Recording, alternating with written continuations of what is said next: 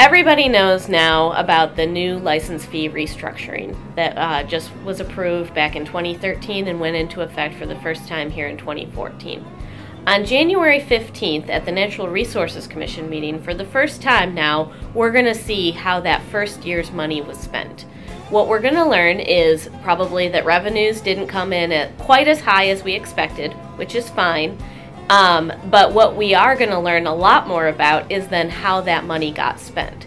So there was about 13 buckets that we were told that the DNR was going to use this money, and it ranged everywhere from wildlife management, fisheries management, fish stocking, habitat work, forestry work, marketing and outreach as well.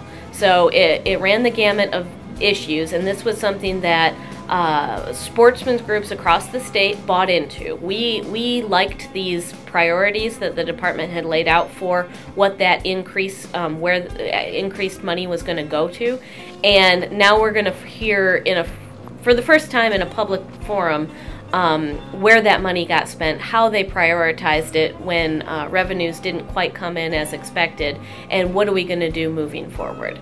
When we learn more about how this first year's license increase got spent, what are the things that MUCC is going to be looking for? And that is to ensure that this money went to boots on the ground, waders in the water, and acres of habitat increased. So we want to see management. We wanted to see exactly where this money got spent. You know, not nickel and diming it. We want to see the big picture. We want to see acres of wildlife openings maintained. We want to see food plots planted. We want to see waterfall management areas improved and restored and maintained there. We also wanted to see law enforcement officers. So how many did they hire in the new through the new Conservation Officer Academy? That was another critical piece that we wanted to see out of that. So we'll be looking for those numbers.